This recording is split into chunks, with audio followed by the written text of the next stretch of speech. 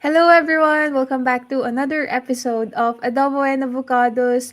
My name is Marie Cruz, and today I have two amazing people here with me. Let's start with my sidekick, as always. I love being your sidekick. I'm Nicole van der Hoeven, and today I am drinking lemon Yakult bubble tea. That's a new But flavor that I have yet to try. I always yeah, just so stick I'm with my regular one. yeah, it's really great. I'm enjoying it so far, but I'm here eating and drinking while our guest over there is walking while she's doing this. Yeah. Welcome, Alex Schladebeck, to the Welcome, show. Alex. It's good to be here. Thank you so much for having me.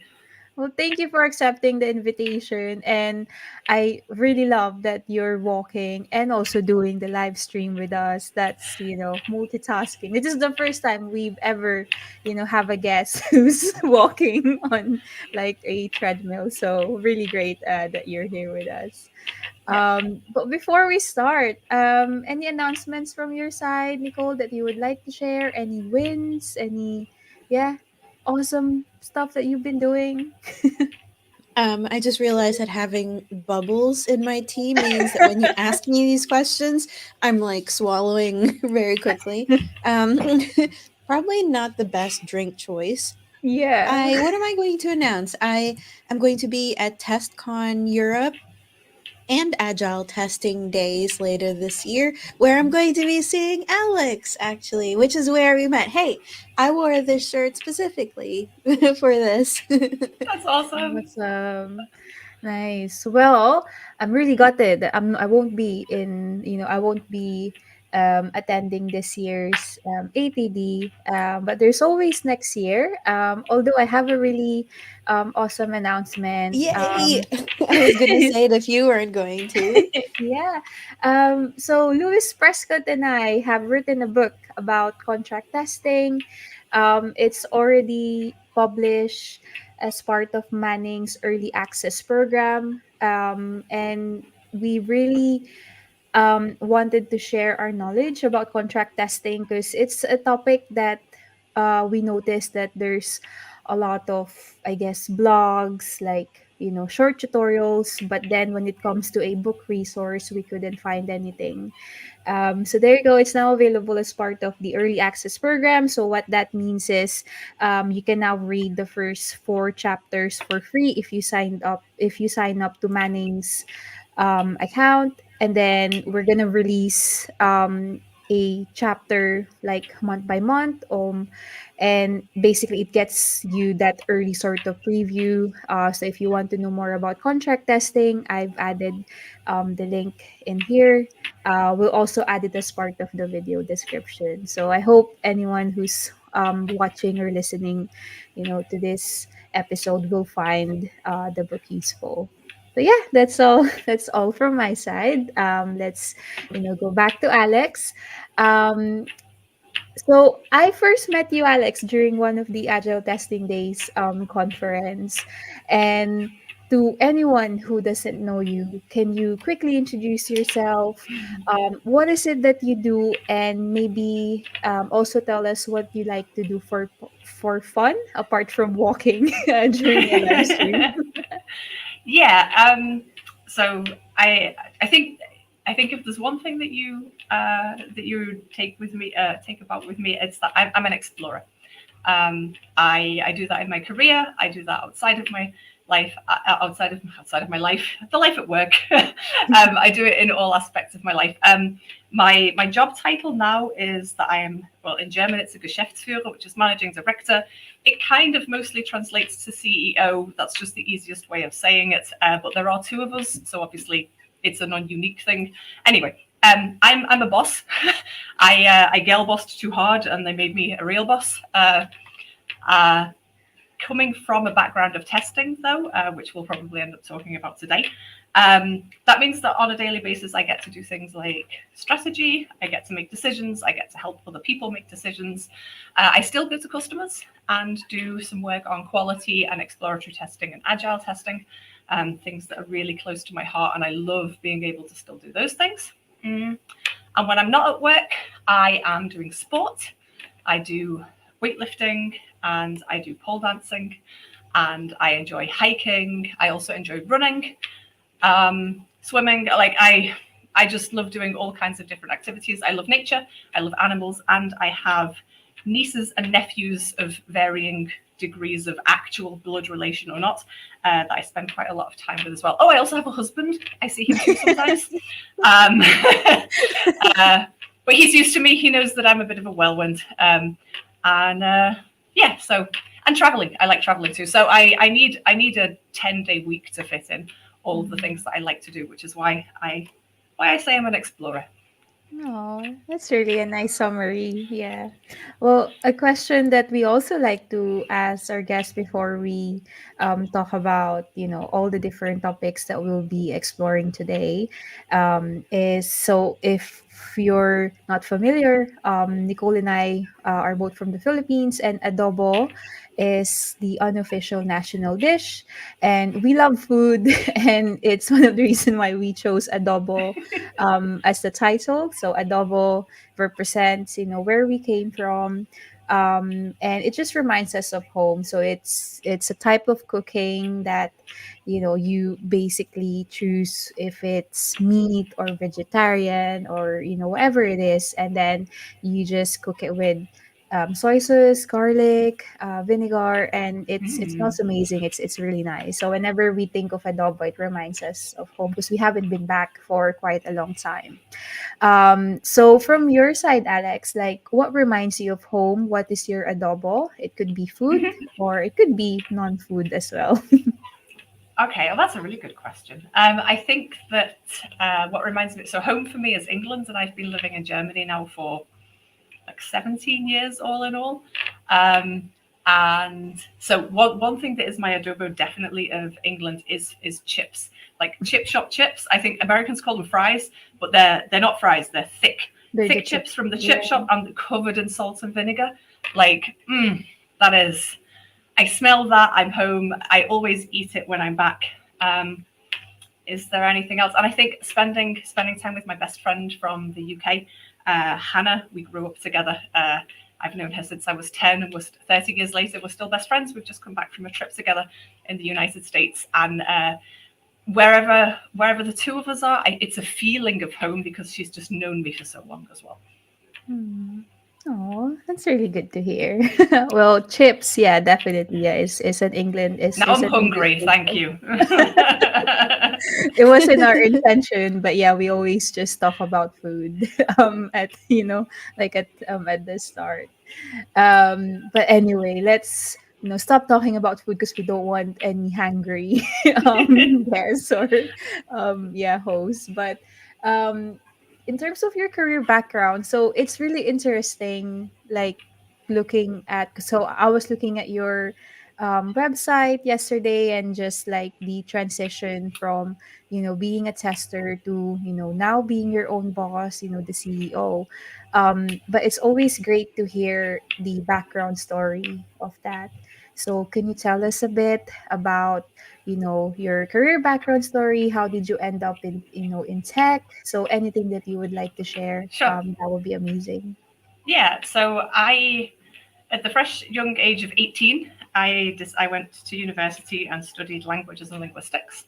Um, I did German and French with linguistics alongside, and I don't really. I mean, at 18, you don't really know what you're planning on doing. I think I kind of planned on going somewhere into languages, or maybe into forensic phonetics, which was a really interesting and upcoming area. I wasn't that fussed on academia because there's a lot of sitting down and researching and having to do all of the detailed research and it being quite slow.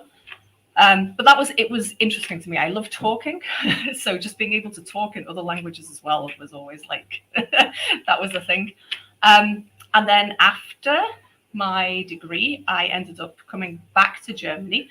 I'd been there as part of my degree, and while I was there for 2 months, I found a company which was BREDEX. They were looking for a translator, and I'll talk about that in a second. I also met the guy I married. And those 2 months became, with a couple of gaps to go back and do a master's and things like that, they turned into me finding tech. And tech was originally translating a user manual. except there was nothing to translate. So I was writing the user manual, and I just had zero idea of anything that was going on. It was a user manual for a testing tool. I didn't know what testing was. I didn't know what software was. I didn't understand half of the systems I was working with to even write it, but I loved it. I loved being able to research and find things out and develop structures for things in my head and then talk to people about them instantly. I think that's what I loved about phonetics and phonology at university, but you never got that talk to them instantly. It had to be, you put it in a paper and then it gets reviewed and then it takes forever and ever and ever. Whereas apparently in IT, you can change things a lot quickly, a lot more quickly. And through that, it turns out if you're writing documentation and there's no tester on the team, and we are talking, I mean, we're talking back in the days of, there was no continuous integration. There wasn't even continuous build. This is how old I am. Like anywhere I am now, I'm telling people how old I am because I'm seeing stuff coming around for the third time as a hype. Like low code, I've seen this come up twice already. I feel like a grandma. So back in the days when we had no continuous integration, no continuous build, if you were the person writing the documentation, you were basically the tester. Because you'd be like, hey, I wanted to document how to delete projects, but opening them doesn't work anymore. Or I wanted to document this, but the build doesn't work at all. And I think that, coupled with my absolute inability to keep my mouth shut, meant that I became part of the team. At some point, I knew things about the software from a different perspective, which led me to, at some point, becoming both a product owner for it and also a consultant on quality in general, and working with customers doing these things. And yeah, I think gaining experience and then talking about that experience is what led me to be a speaker. And through all of the things, yeah, like I say, inability to keep my mouth shut and stop asking questions. At some point, you end up in leadership if you do too much of that. And I liked leadership as well. I mean, people are sticky and different, but it's an interesting challenge. And then, yeah, apparently I did an okay job at leadership because in 2019 they asked me if I wanted to be one of the managers, and I said yes. And I think so. I think the short story is being very curious and unable to keep quiet is how I got to where I am. Yeah. I think, I really yeah, go, Nicole. I really love that you talk about your linguistics background because I also have a background in languages. I speak several of them. I briefly considered, I did actually shift into a linguistics degree and then shifted back out for something a little bit more marketable. Not that I ever used that degree either. But I think that people are initially surprised because they view languages as something that's very extroverted and people oriented, and sometimes people view tech as something that's very introverted and all about machines. But I think you probably would agree with us that there's a lot more in common between the two than people might think, because tech is not just machines, tech is people, just like anything else. And I think there is, I know I've taken a lot of it, a lot of what I learned about languages, and not just the languages themselves, but also the interacting with people. It's about making things explicit. You were talking about, how much you like to talk. There are so many things that are just assumed in tech, and maybe the computers know, but the people need to know too. And if we're not on the same page, then there's really no point in working because we're not working in the same direction. Yeah, And the way that we get on that same page and make things explicit is language. yeah, it's so true.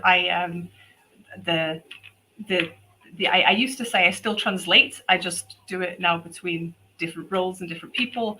I think, although there's a few really good quotes. There's one, and I don't know who this one is from. It's that if you don't think that software engineering is a communication discipline, you haven't understood it yet. And I think the one from Jerry Weinberg. I think it's always a people problem. It's never a tech problem. The tech can be sorted out, or we can work around it, or just not do it like that. It's always a people problem, and that correlates very much to my experience. So yeah. Oh, Oh, we Is see it? your mouth moving, Yeah, but I don't we know if don't it hear was you. my connection. I think my video is Oh, okay, not maybe it was in just her sync. video. Yeah. We hear you okay. Yeah. Okay. Well, I can try stopping my thing if it's maybe coming. Okay, wait. I'll stand next to it for a second and see if the.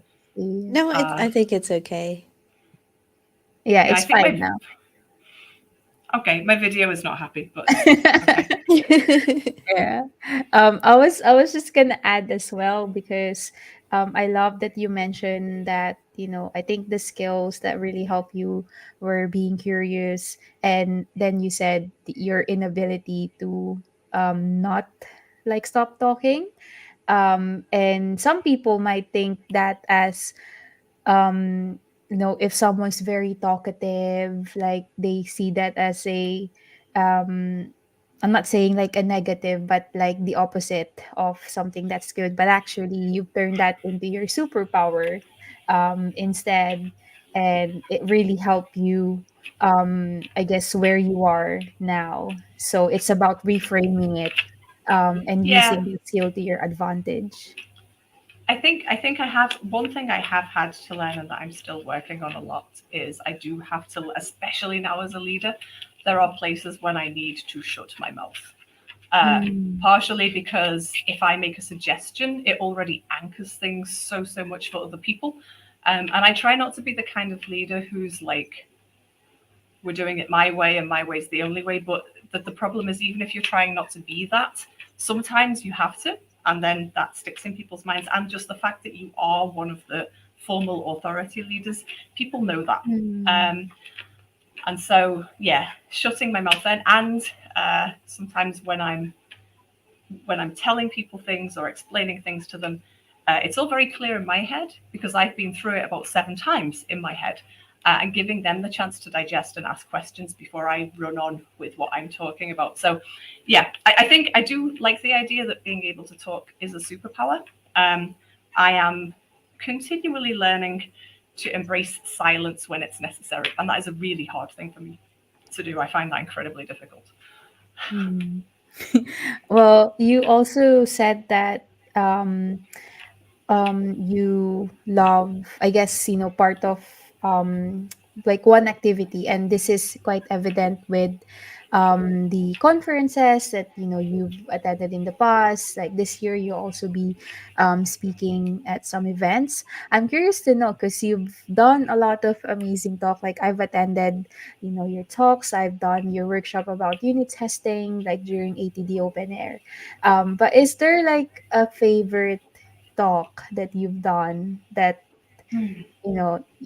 that's like your most favorite? Or I don't know, I'm just curious, like is there a Yeah, talk that Alex really really like it's close to your heart or something like that? yeah, I think it's prioritization is hard. The one that sticks in my mind the most, I don't even think I'd do it again now, but it sticks in my mind the most is I did a talk called "What Agile Teams Can Learn from World of Warcraft," and this was years Mm. ago. If I'd have been well known enough at the time, it would have been a keynote. Like it was. I'm sorry, it was awesome. It was it was really good. And I remember giving that and thinking, yeah, I've really got something here. Um, I do love talking about unit testing. I'm definitely not an expert, but I love that the idea of giving people enough knowledge just to go and be able to talk to other people who can get more knowledge, and that they might Yeah. go out of that feeling just that little bit more confidence about going and talking to a developer. And most of a lot of the a lot of the jumps that I've made in my understanding have been when I've been able to work with other people, either developers or product owners or other managers. I think pairing is one of the greatest things that you can do to develop your own role and also kind of what bits of other roles that you understand, which helps with empathy as well. And so I love that. And at the moment, I enjoy a lot talking about kind of like the big aspects of quality. Like, what does Mm. quality mean for managers? What, how are our brains working when we're thinking about these things? So, um, exploratory testing and how we're making decisions. And we were talking about becoming explicit before. What's going on in my head right now? how did I make that decision? And that's relevant for me both as a tester, but also as a manager, because managers also have a tendency to seem like a black box of, well, they made a decision and why, or why was the decision like that, or did they think of this? And so working on the inner workings of our mind, and again, talking about those things, trying to find words for them. Anytime I get to do that, it's really exciting for me as well. But as a general rule, almost anything that you ask me to talk about, I probably will. Yeah, I think as well that because you mentioned that you're not an expert in unit testing, I think we should normalize the idea of you don't have to be an expert to deliver a talk, because that's probably registering in people's mind that, hey, I have this topic, I only know, I guess, the basics, or this is from a beginner friendly, but then they might think that they need to reach a certain level to be able to talk about that topic. Because every time, for example, and Nicole will relate when I say this, but when we are called experts in, the stuff that we're doing, it really, like for me at least, I find it like cringy in a way that I'm not an expert. This is just all from my learnings, from my experiences, and I'm just happy to share that. But when you get introduced, like for example, like someone introduce you before your keynote or before your talk, and then they just say the word expert, like I really don't um like relate to that word really well. I wonder if you also feel the same. Yeah, I think there's multiple sides to it. Like on the one hand, I agree with you. I think it's totally okay to tell your story from the place where you're at, and that place where you're at doesn't have to be that you've been doing it for 20 years, because the place where you're at, other people will be there, and having you on the stage to be like, look, this is what I learned, and these are the things that I found out. I'm not here to teach you the things. I'm more here to show you that it's possible that you can learn these too, and to be less afraid of dealing with them. And here are some ways of going about it. Um, on the flip side, I think the word expert is highly contextual. Um, I'm Sometimes you're the expert just by virtue of the fact that you're 3 pages ahead in the book of the rest of the people right now, or that you've done it. I did a bit of a reframing for myself last year. I was working on 2 things that I'd never done before, which is a large part of my job now. I like it. I like the challenge, but I'm more often in that kind of unknown area. And I was like, "Wow, this is going to be really scary." And then I decided to reframe it in my mind to, when these 2 things are done, I'm going to be an expert comparatively to the other people who haven't done this before. I'm going to be an expert in this topic. And that helped me to go about it. And then somebody else in the company ended up having to do a similar thing. And I felt confident enough to say, do you know what? I've only done this twice before, but that's twice more than you, so I can help you with what I know. So I think that there's an element of us being able to claim the word expert if we understand that it doesn't mean the expert forever. Yeah. It can just be, I'm the expert in the room, which can be enough. Yeah. That's a really interesting way to frame it. And I think to people who are, experiencing imposter syndrome as well, um, practicing, I guess, affirming that, you're not like you're not gonna be in this level of expertness that some people might already assume, but you're just enough. Yeah, I think that already brings in, a lot of like affirmation and a lot of confidence. And comparing like where you are in your learning journey, let's say a month ago, and then this month, yeah, hey, I know about this topic already. I'm an expert now, because last month, I don't know anything about this. So I think framing it that way really yeah. helps. Yeah. They say that comparison is the thief of joy, and I really need to get that tattooed on my hand, because I compare myself to other people, just everywhere. Um, but yeah, if you can learn that the only comparison that you need to make is, where was I 2 weeks ago, a month ago. I like the idea of having things of having things in a bank, your experiences. And if you're facing something that you've not done before that's terrifying, that you can be like, Mhm. okay, is this comparable to anything I have in my bank? And if it is, you're like, okay, well, I've done something that's about this hard before. And Yeah. if not, you can be like, okay, well, at least after I've done this, I will have a new comparison in my bank. And I mean, a lot of it's basically just tricking yourself into not running away and hiding. But that's we take the things that we can, right? Things that we have to do in our jobs or in our lives are often scary. So I'll take any reframing, and our mindset towards the situation is, I'm going to say about 8 times out of 10, because I like inventing statistics. I think like 80% of the time, it's the mindset that makes it a good thing or a bad thing. It's like, what is it? What do they say? It's always the same rain. It's just the question whether we think the rain is good or bad right now. Very philosophical stuff here. I don't manage to actually live by any of this, right? Like I am, I'm the first person to be like, oh, damn the rain. But I try. Yeah. I'm curious, Alex. So, in your role, as, I guess, managing director slash CEO, boss, do you still do a lot of testing? I'm guessing just, from the strategy stuff that you're doing, Mhm. maybe not as much as before, but I'm still curious because, Yeah. So I am I ever now put into projects to do actual hands-on testing work? No.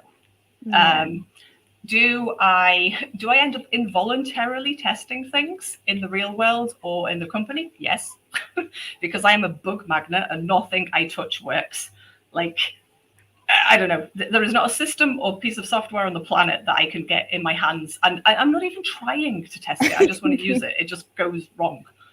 Um, but what I think I do still do a lot of is carry that thought of quality and value into the things that I'm doing. Like, and it's very agile, right? It's like, when are we getting feedback?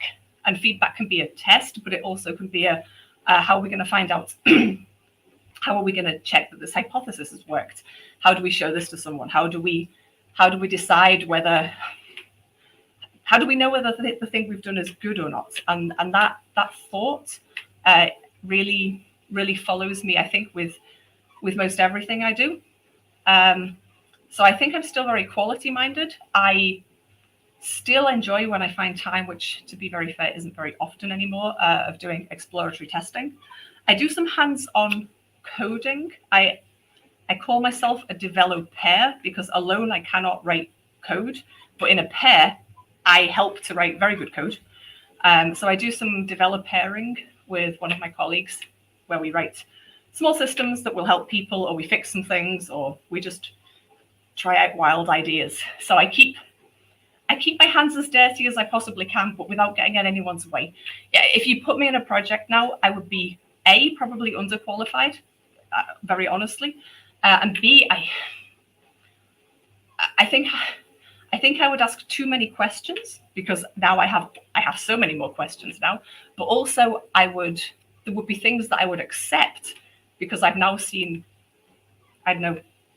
I've now seen all kinds of crazy things, and I've had to put up with all kinds of things that I'm like, well, that's not ideal, but that's the way the world works. So I think I would be maybe too accepting of chaos to be a good tester in a project anymore.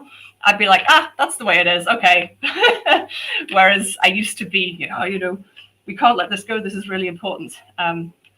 Yeah, I'd be a bottleneck, and probably too much of a problem.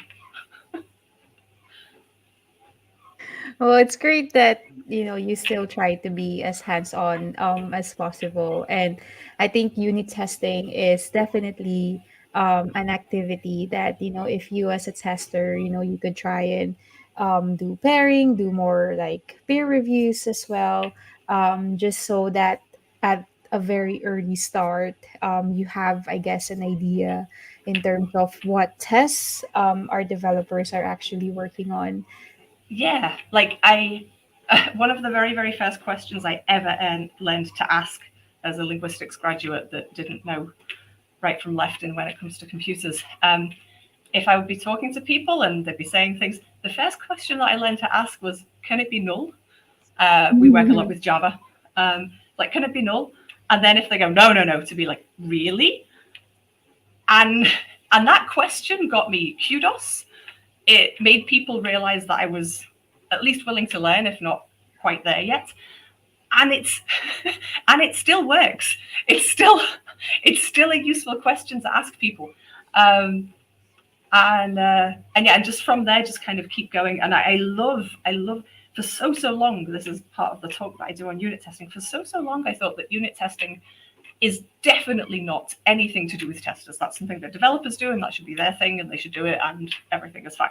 And then I learned that actually it's quite a hard thing to do, and that you can definitely bring a tester perspective in, and it is worth knowing about it and being able to have those conversations, even if it is just for, oh, this is a risk that I think that we should be able to test at the unit level. Can we? Yes, no. And if we do, okay, I know I don't need to test that at any other level because there's a unit test for it. I also get really excited about unit tests because they are, so any automated test is obviously actual living documentation. But unit tests are the ones that can show us the most explicit information of what should be allowed and what shouldn't be allowed. I get really excited about them. Sometimes I wish I could develop just so I could write unit tests. But then I remember that I hate detail work, so probably no.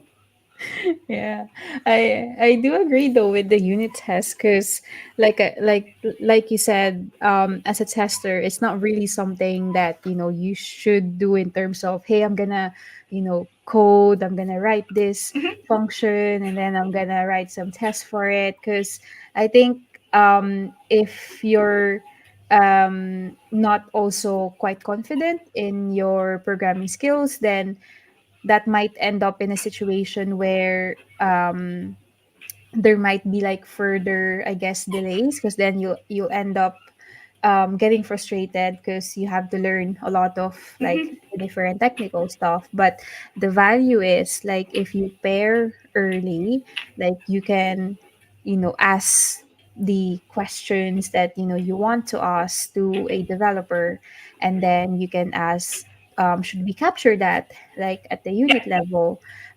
What about like there's a field here, what's the maximum character that it can accept? Can it accept like alphanumeric only, or can it accept like special characters? So I think not not by providing much technical, I guess, review, but more on, like you said, bringing in that tester's perspective and yeah, making sure that there's no duplication in all the different automated tests that were planned. Yeah. yeah, yeah. And I think the like the questions that I'm going to ask anyway, either during story refinement or when I'm testing, if I ask them while it's being programmed, that's like a good thing. And even if it doesn't end up being captured in a unit test, which would be my preference, it means that it's been salient, it's been in the mind, and the person has thought about it. And now, I mean, you said, I agree with you that I don't think a great deal of people who identify as testers write program code and production code. I'm seeing more of it though. I'm seeing more of people being like, do you know what? I can fix this bug. I can take these unit tests and extend them because you missed this, this, and this. I saw that maybe in the code review. I even get all the way to, and it's interesting to see how this progresses. People wanting to try out more in development because it interests them, and being at a stage where they can say, okay, and I know copy and paste is a bad thing because of reasons, but it's a really important step to learning to be able to program if you can copy something that you know is similar enough and adapt it to the thing that you need. Because standing in front of a blank page and going, oh God, how do you do this again, is really hard. And I'm not, probably if we only developed applications like that, they wouldn't be good. But as a way, if you're in a system where you have peer reviews going on, where you have people you can ask, where you have people who can say, that's not a good design choice, don't do it like that, it's a perfectly valid way of learning. And so one of the teams that we have here is a few years ago now, but they actually ended up doing they did an experiment where everyone just switched roles for a sprint. So if you were normally a developer, you did a lot more testing. And if you were normally a tester, you wrote code as well. And it was awesome. I used to be one of the people who's like, testers should not code. And I'm not a person now that says testers have to code. I've just realized that it turns out that coding is a really good tool for solving technical problems. And that the more shared tooling that we have, the more likely we are to have those conversations. And the developers kind of win, right? I mean, I learned Git. This is how old I am. I learned to use Git back when it was on the command line. I used to be able to cherry pick on the command line. That's my badge of honor. I cannot anymore. And of course, it would have been cool if the developers would be like, yeah, the tools you're using, we want them too. That never happens. Yeah. But that's the way of the world. They're the ones that, were writing production code. And there's reasons that we do that with big technical tools, because we're often writing big applications. But yeah, the more shared tooling and shared vocabulary we have, the better it works. And so that's what I aim for now. I think it's very important to recognize the slight differences between the roles of a tester and a developer. I think, for example, the kind of thing that you both have talked about, like when we, as testers, when we see a UI, we're already thinking about other things that we've seen, like similar UIs. But developers, because they're the ones that are working in depth into that code, they might not have that experience of, what did this look like in another company, in another industry. I mean, of course there are different levels of experience, but in general I think development is more a depth discipline and testing is a breadth discipline, because our superpower is when we can spot those patterns, because we've seen them before so many times in slightly different combinations, and we're starting to think like, oh, this is specific to the application, but this other thing is not actually. It doesn't really matter whether it's banking or it's a university, and you're talking about this copy pasting and how that can sometimes be maybe a good thing. And it just makes me think of grammar. Because when you learn a language, the way the babies learn it is that they're basically just memorizing. They're not thinking it through, and people think, oh, kids learn languages so well. Well, actually, they learn languages well, but not for that reason. An adult can look at the patterns in grammar, and if you learn that grammar, you can learn to apply it. And I'm sure you've seen this in your study of multiple languages too, Alex, that first foreign language that you learn is the hardest. Yeah. But after that, you start to just apply the same things. So like, oh, in German they had three genders, in French they had two. Okay, so it's not one for one, but you get the Mm-hmm. concept of a gender.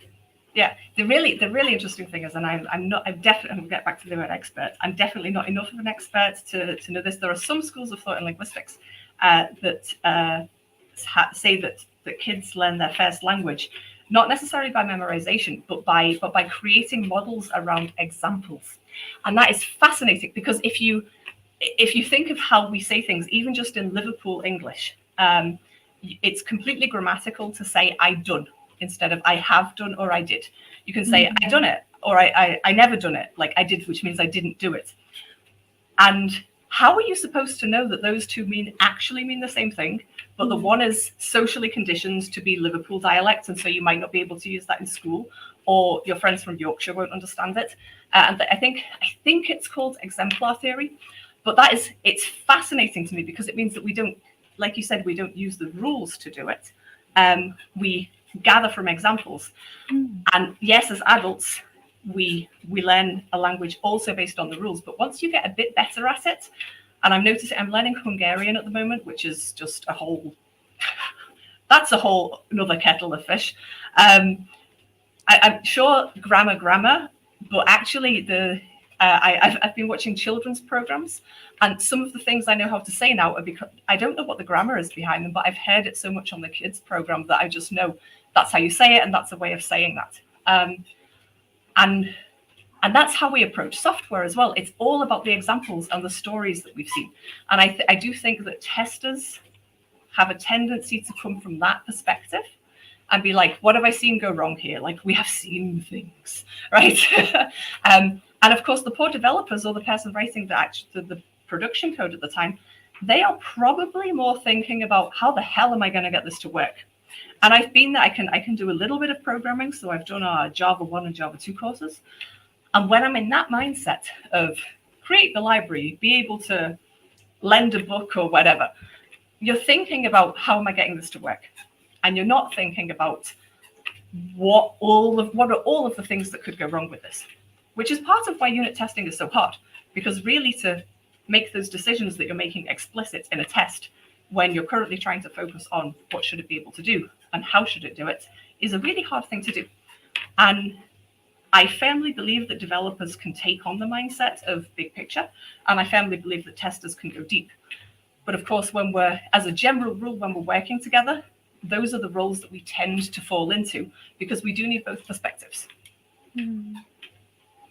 I have Yeah. an oh, sorry, just a side question. So let's say, because the experiment that you've done for this team where developers do more testing and then testing do more coding, because if for example we try to suggest that to a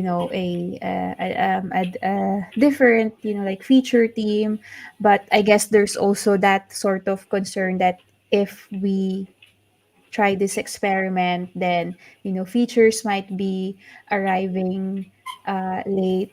And I guess I'm curious, like, from your perspective as a CEO, how do you balance that? Because like the learning experimentation culture is important, but at the same time we also have to deliver a Yeah, feature to our customers, especially if it's something that they really need. Yeah. yeah.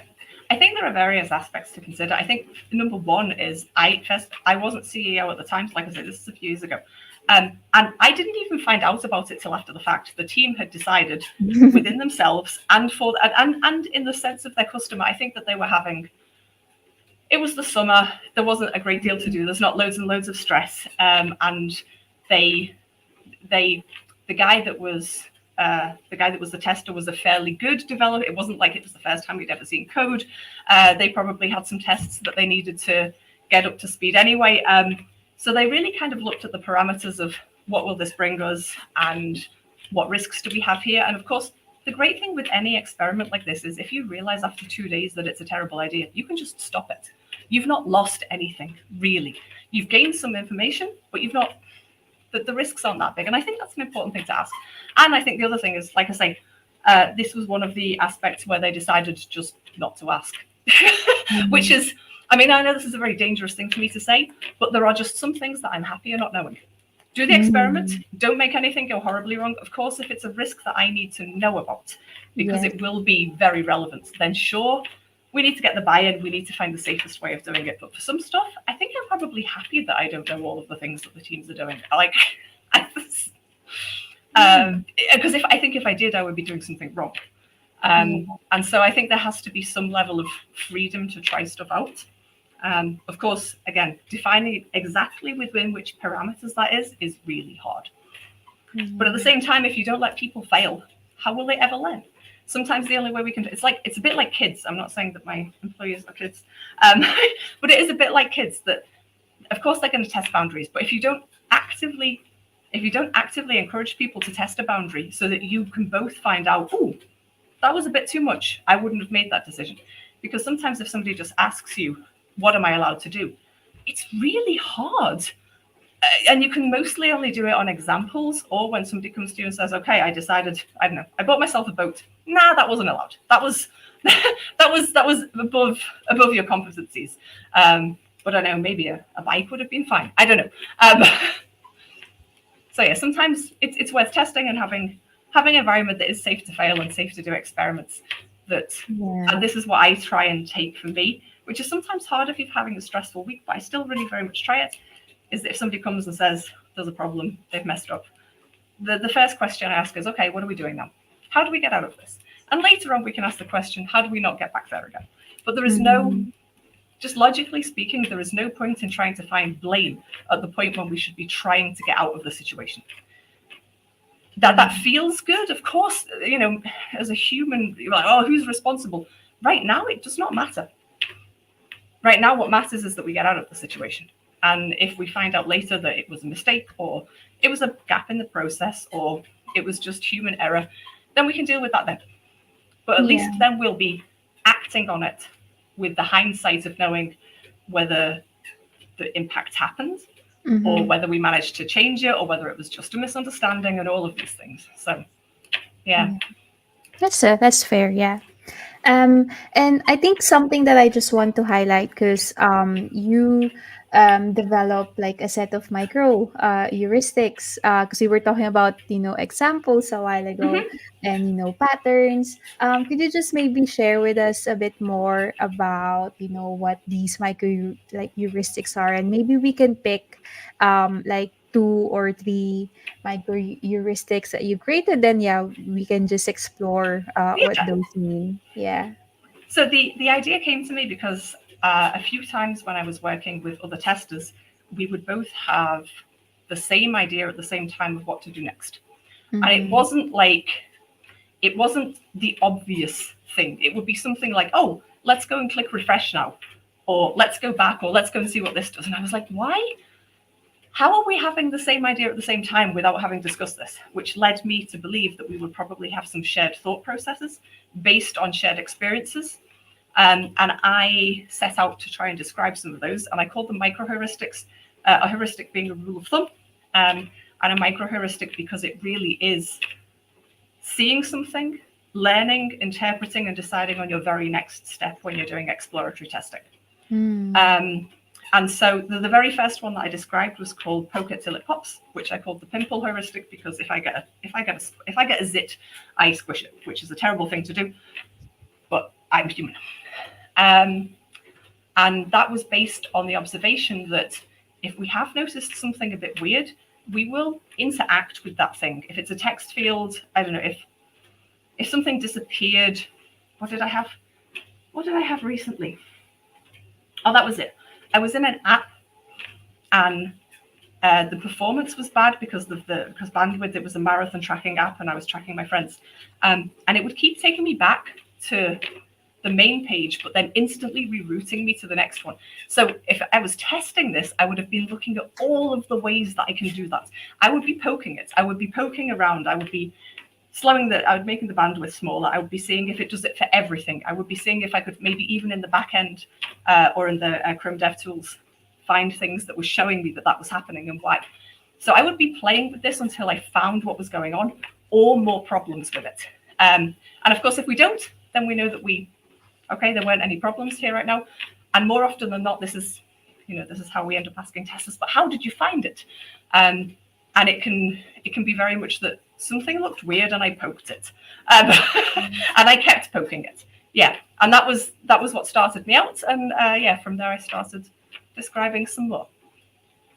Yeah, I think this is really useful because I'm assuming like these heuristics can then lead to, okay, if I've done this, or if I've seen this example, um that will lead me to a different, I guess, outcome or a different situation. And then if I see that there's another pattern there, I can use a different micro heuristic. Is that the gist of it?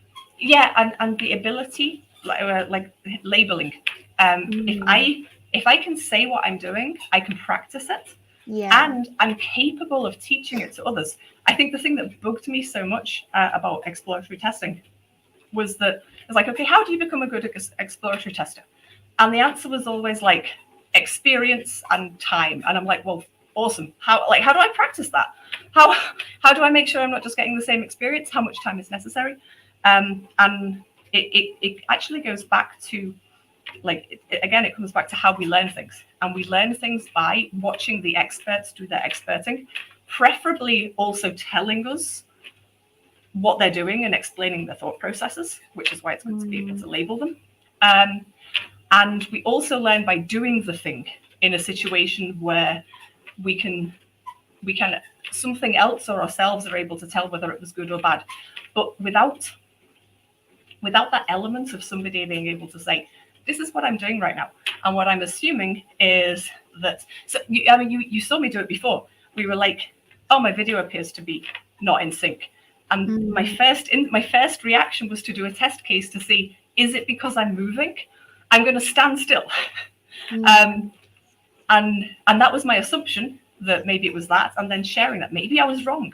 But the great thing is that if you share an assumption with people who are like, no, it can't be because of that, or in my experience, it's not, then yay, we've all learned. But if you don't share what's going on in your mind, people don't understand it. They maybe don't respect it. So we also have the problems of, oh, it's just clicking around. Whereas if we were actually able to do the running commentary of what's going on when we're doing exploratory testing, people would be like, oh my God, how are you keeping all of that stuff in your mind all at once? And that doesn't get seen. So I think it's super important to be able to talk about the things that you're doing. And that's close to my heart for testing. It's become close to my heart for management as well, because now it's like, okay, you made this decision, why? And explaining a little bit about how you make a decision doesn't necessarily invite, please tell me how you do it. And that's, I'm working on the best way of saying at the moment. I'm sharing my thoughts with you so that you can understand my thought process and learn from them. I'm not sharing my thoughts with you because I want feedback on the decision. But yeah, otherwise, how are we expected to learn if nobody's ever telling us what they're doing? They just keep hold of their expertness and never share.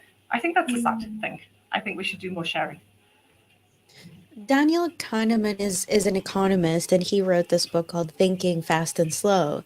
And he talked about these two different types of thinking and how they present. Slow thinking is methodical and systematic and very sequential, and it takes time. It's the kind that you need for any sort of deep analysis. But fast thinking is something that is a lot more intuitive. It happens very quickly. It's a little bit difficult to explain how you go from one thing to another. But the misunderstanding about fast thinking is that it is random. It's not random. It's actually informed by Mm-hmm. experience. That's why you're able to draw on it so Yeah. quickly, because you've identified the pattern, you've identified the heuristic that underpins this all. But it's only by making that heuristic or pattern explicit and communicating that to people that it can form part of slow thinking. So there's an element of when we are, as professionals, are trying to improve in our field, we are going to have that fast thinking from our own experiences. But Yeah. if we're banking on like the micro heuristics list that you've got, Alex, that can now form part of our slow thinking. And I think this is really interesting because Marie and I actually Yeah. already talked about this. We did this K6 office hours. We did another live stream for work about performance testing heuristics. And in it, we Cool. talk about different patterns that we've identified. And just like you say, they don't have names as nice as yours, but there's I a like sort of inventing names. yeah, but they are like a list of things that maybe can help people remember to think and to break out of that creative rut Yeah. and just focus on the things that historically they haven't focused on. Yeah, and I think it is super super valuable because otherwise, and it's true of testing, it's true of management, it's probably true of other things as well. Otherwise, you will do the thing, you will find the book, or as a manager, you will make the decision. Should we do this or this? And I'll go this. Awesome, I made a decision, but I have done nothing. I've done nothing to help other people to ever make that decision. They don't have to make it like I do, but just learning the parameters of what kind of things have I thought about, what kind of things do you think about this. It's like when you used to do maths exams. You're never just allowed to show the answer. You have to show you're working. And I was terrible at both, to be fair. But I've gotten better at showing my working. Yeah, and the other awesome thing is that if you are taking, I've thought about the system 1, system 2 in respect to this as well. If you are taking the system, oh god, the slow thinking, whichever one that is, if you're taking the fast thinking and making it into slow, it also encourages you to look at places where you might have your biases. Because that is, of course, I don't know, I always take this route from home, and this is just the way I go automatically, and that will happen to us with other things, or that's where our bias will start to slip in. And if we start to make it explicit to explain it to others, that's often where we have the chance to go, oh, wait, but when I think about that, I'm not thinking about this. And then we can even improve ourselves as well, like we said at the beginning, just by communicating about it. Yeah. So, yeah, more talking. The introverts will hate me. um I do have a very because I think, you know, the title of this is the journey from being a tester to a CEO, and I know that you've done like a talk. I think it was in 2022, or I think it was, but it was about what quality is from a CEO Mhm. perspective. And if I guess to people who, you know, weren't able to attend ATD that year, could you give us like some sort of like a summarized Yeah, version as to what that means? Because yeah. I guess, you know, quality is always like, it depends on, I guess, that meaning, you know, Mhm. for different people. So from your perspective, what does Yeah. that mean now? So I can give a couple of examples. So for a CEO, one of the aspects of quality, and this will sound incredibly mundane, but it's true. Um, it can be, can we get paid for this thing? So I mean, and this is the extension of it works on my machine. Okay, sure, but we're not going to lower. Like if it's not running and I mean, depending on what kind of contracts we're in, if we're working for service or if we're working for product, all of these things. But let's just make it easy. Is this thing now accepted by the customer? Will they give us the money? And like I say, that sounds so incredibly mundane, but something being done but not tested, or and then it's not done, or done but not rolled out, or rolled out but we haven't told the customer yet. All of these things might mean that from a pure development perspective that it's fine, but the the circle of money does kind of go from we get paid by customers, that means that we're able to pay other people. Um, Mhm. and so, and this is why things like work in progress limitation, getting stuff done, and I don't mean just done in the sense of half-assed, I mean getting it done to the quality standards that we expected. But this is partially why we want things done. It's not just to make us feel good in the process. It's because at some point along the line, the doneness of those features is directly linked to us being paid, which helps us to pay our bills and pay our people. So that's one thing. Another, I think, another aspect of quality for me now is, oh, it sounds. I don't think there's a non-harsh way of putting it, but like it's a bad sign for me if I have to get too involved in the depth of the problem. Because at that point, when if I'm having to make actual decisions about something, Yeah. sure, I can, I'm supposed to. But if it's like, should we release or should we not release, I'm not the right person to make those decisions anymore.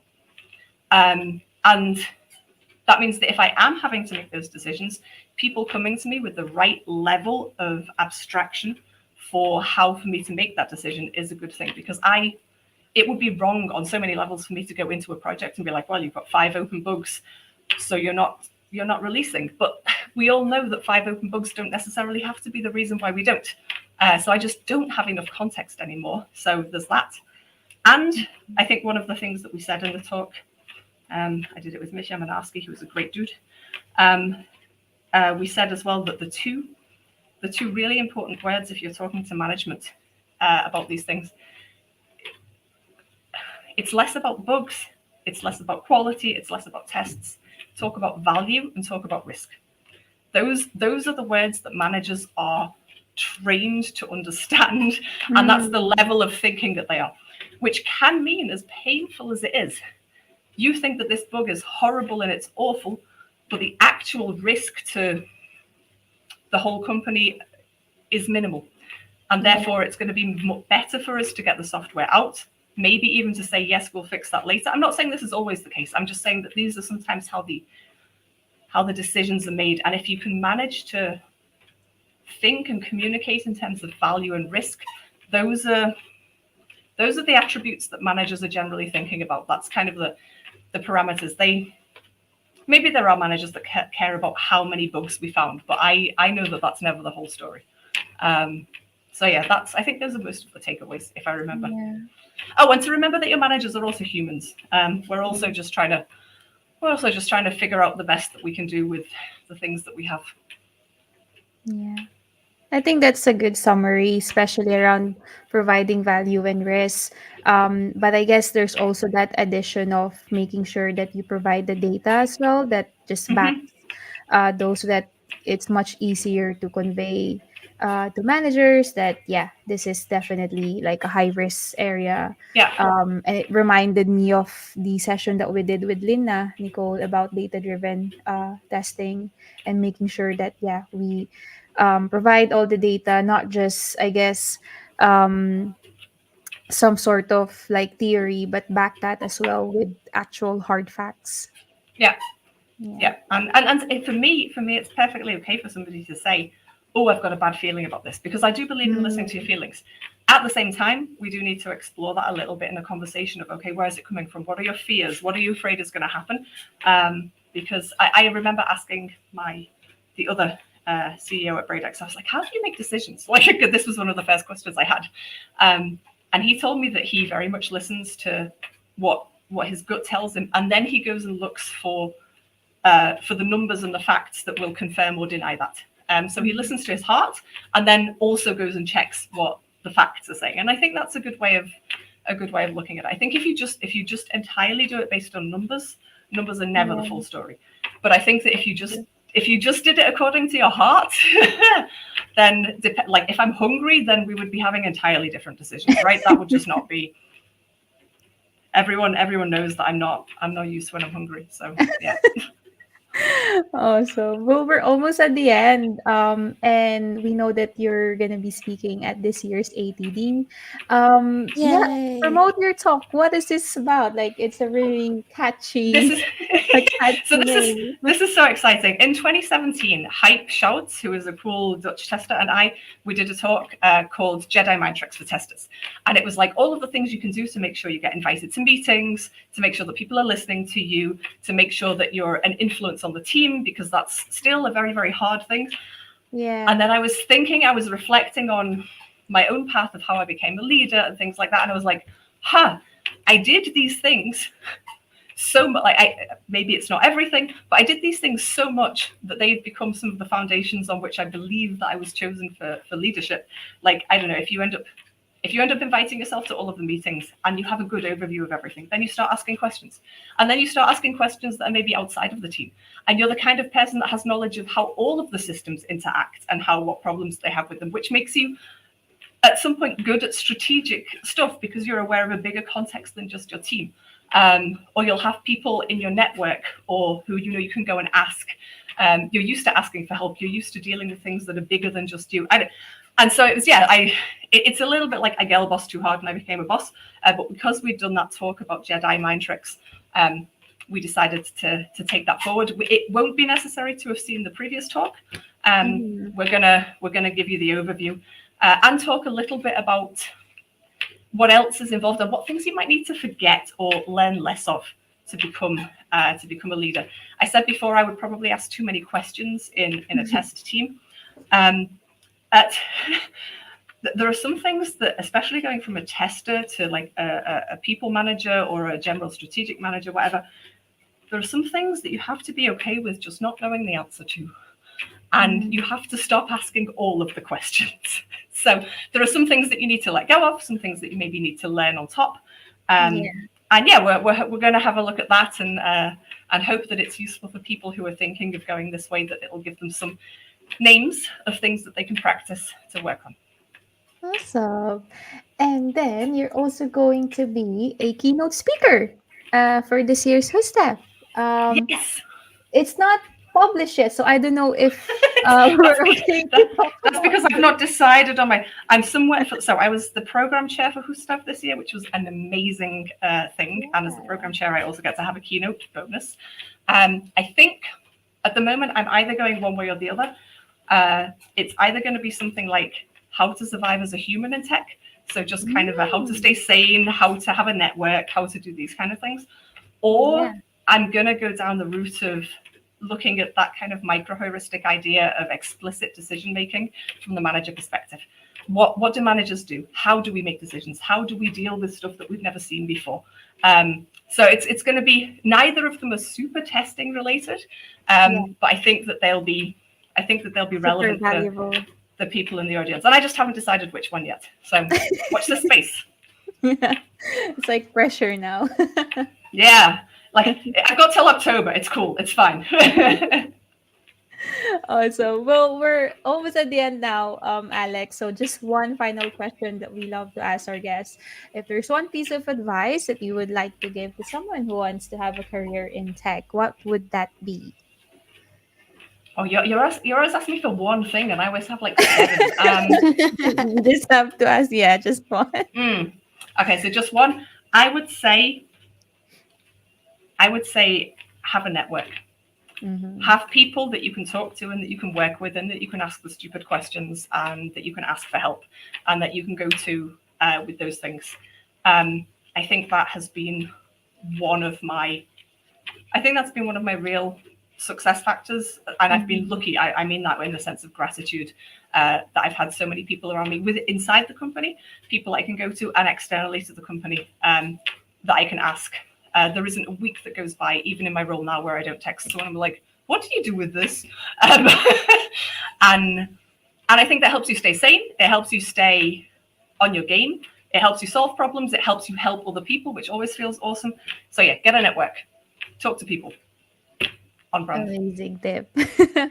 Well, thank you so much, Alex, for being with us today. It's been lovely. Thanks so much for having me. Yeah, thank you so much. I really enjoyed the conversations, and I hope to anyone who's gonna watch this, later, I hope that it's gonna be really useful, and at least now you have a wider perspective on what quality is like, from an outside, like a CEO perspective, not just from, I guess, our like perspective as a tester.